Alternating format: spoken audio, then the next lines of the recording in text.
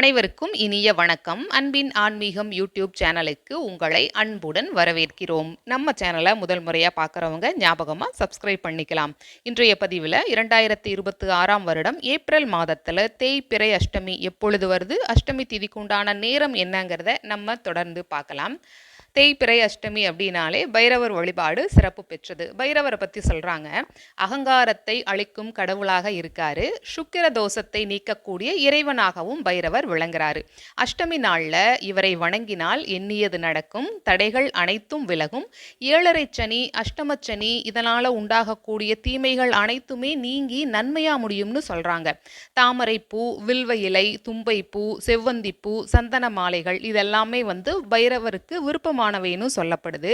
குறிப்பாக இன்னொரு விஷயம், பரணி நட்சத்திரத்தில் பைரவர் அவதரித்தார்ங்கிறதுனால பரணி நட்சத்திரக்காரர்கள் இவரை வணங்கினால் நன்மைகள் அதிகரிக்கும்னு சொல்லியிருக்காங்க. 2026 ஏப்ரல் மாதம் 10ஆம் தேதி பங்குனி மாதம் 27ஆம் தேதி வெள்ளிக்கிழமையன்று தேய்பிறை அஷ்டமி திதி வருகிறது. அஷ்டமி திதி எப்பொழுது ஆரம்பமாகுதுன்னு பார்த்தோம்னா ஏப்ரல் 9ஆம் தேதி வியாழக்கிழமையன்று இரவு 7:33 முதல் ஏப்ரல் 10ஆம் தேதி வெள்ளிக்கிழமையன்று இரவு 8:59 வரைக்கும் அஷ்டமி திதி இருக்குன்னு சொல்லியிருக்காங்க. இந்த தேய்பிறை அஷ்டமி நன்னாள பைரவர் வழிபாட்டிற்கு நாம் பயன்படுத்தி அவரது அருளை பெறுவோம்.